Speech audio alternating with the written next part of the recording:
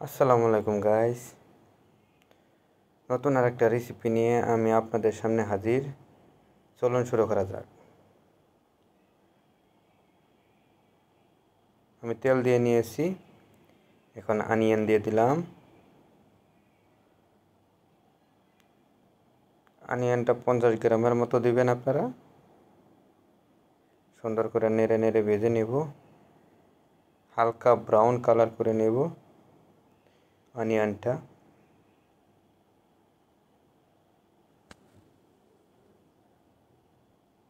অনিয়নটা যত ভাজা ভাজা করবেন তত মজা হবে, টেস্টি হবে।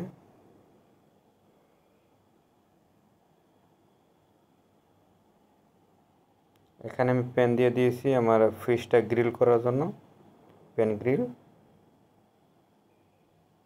এই তো আমি আমার ফিশটা দিয়ে দিলাম।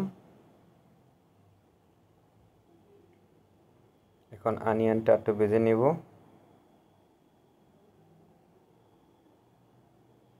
এখন দিয়ে দিলাম আমি গার্লিক, রসুন ব্লেন আর পেঁয়াজটা সুন্দর করে ভেজে নেব। সুন্দর করে ভেজে ব্রাউন কালার করে নেব।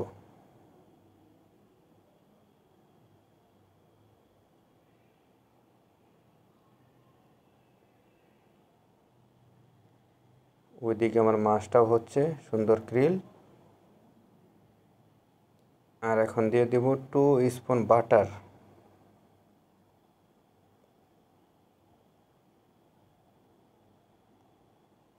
নন সল্টেড বাটার আমি ব্যবহার করি। আপনারা আপনাদের টেস্ট অনুযায়ী ব্যবহার করবেন। আপনারা ঘিও ব্যবহার করতে পারেন, ঘি, অলিভ অয়েল। আমি নন সল্টেড বাটার ইউজ করি।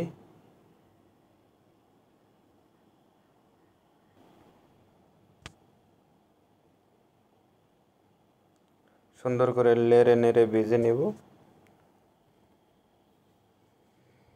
সুন্দর করে ভেজে নেওয়ার পর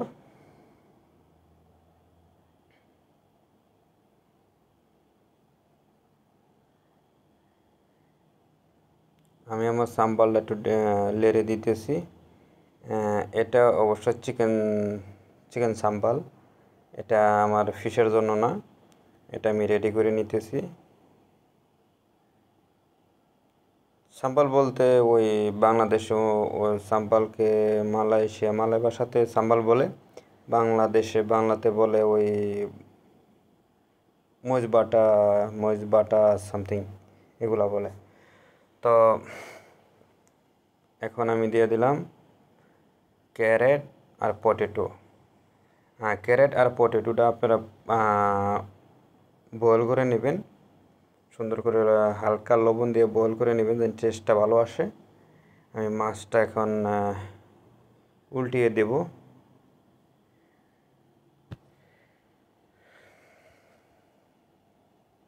আমার এই মাছটা আমি গতকালকে আমি ম্যারিনেট করে রেখেছিলাম। আপনারা চেষ্টা করবেন যে কোনো ফিশ, বিশেষ করে হোল ফিশ, একদিন আগে ম্যারিনেট করে রাখলে এটা সবচেয়ে বেটার টেস্ট আসে। তো আপনারা চেষ্টা করবেন সবসময় একদিন আগে 24 আওয়ার এর মাঝে আর কি ম্যারিনেট করে রাখার জন্য। এতে টেস্ট ভালো হয়। শুধু ফিশ নয়, যে কোনো মিট, যে কোনো যে কোনো মিট আর যে কোনো চিকেনকে মিটই বোঝায়।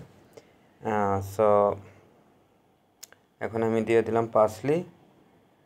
এখন আমি দিয়ে দিলাম স্বাদ মতো অরিগানো।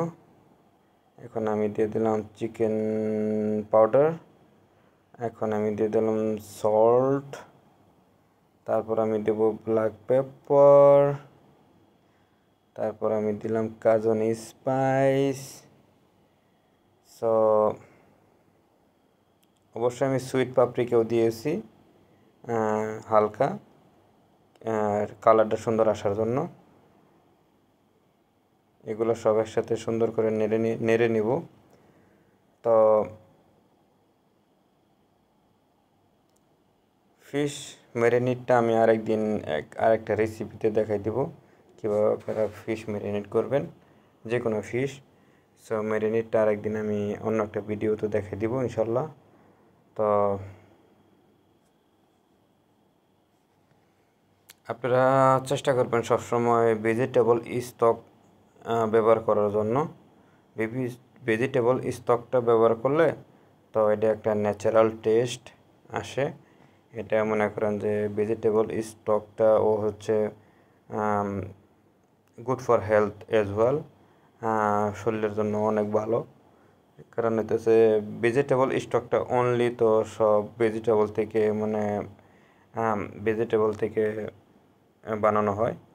তা আমরা সবসময় ওই ভেজিটেবল স্টকটাই বানিয়ে নিই। তো আমি আমার ফিশটা সুন্দর গ্রিল হয়েছে, এখন আমি সুন্দর করে তুলে নিব। দেখুন আমার কত সুন্দর হয়েছে আমার ফিশটা গ্রিল। তো তুলে আমার ভেজিটেবলের উপরে দিয়ে দিতেছি। তো আমার সুন্দর করে পাক করে নিতে হবে।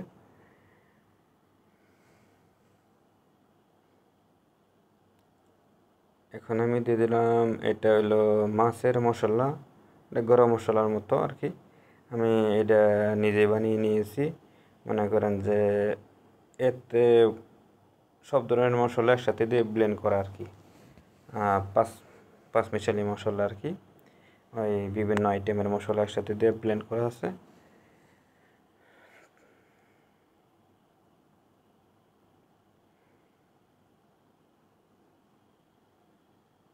আমার ফিশটা রেডি হয়ে গেছে। আমার ফিশটা রেডি। ফিশটা আগে তুলে নেব, কেননা ফিশটা যদি না তুলি আমি সুন্দরভাবে সাজাইতে পারবো না প্লেটে। তো এই জন্যে আমি সুন্দরভাবে আগে প্লেটে সাজানোর জন্য মাছটাকে তুলে নিলাম। এবার আমি হালকা একটু লেড়ে নিলাম, হালকা একটু লেড়ে একটু কষাই নিলাম এটা এখন। আর এই প্লেটটা মূলত একটু হিট করার কারণ হলো যে আমার ফুডটা জানি ঠান্ডা নয় হয়ে যায়, আমি দীর্ঘ সময় রাখতে পারবো প্লেটে। সো আমি প্লেটে সুন্দর করে সাজিয়ে নেব আমার ভেজিটেবলসটা মনে করেন সাজানোর পর আমি উপরে মাছটা দিয়ে দেবো আর কি। এই দেখুন কত সুন্দর করে সাজানো হয়ে গেছে আমার ভেজিটেবলটা। এখন আমি মাছটা সুন্দর করে বসিয়ে দিব। ওকে, সুন্দর করে বসিয়ে দিয়েছি, দেখেন কত সুন্দর হয়েছে।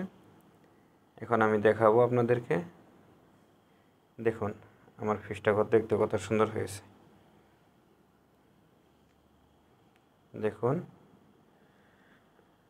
আমি দিয়ে দিলাম 2 piece of lemon. Okay, lemon garnish, piece of parsley on top.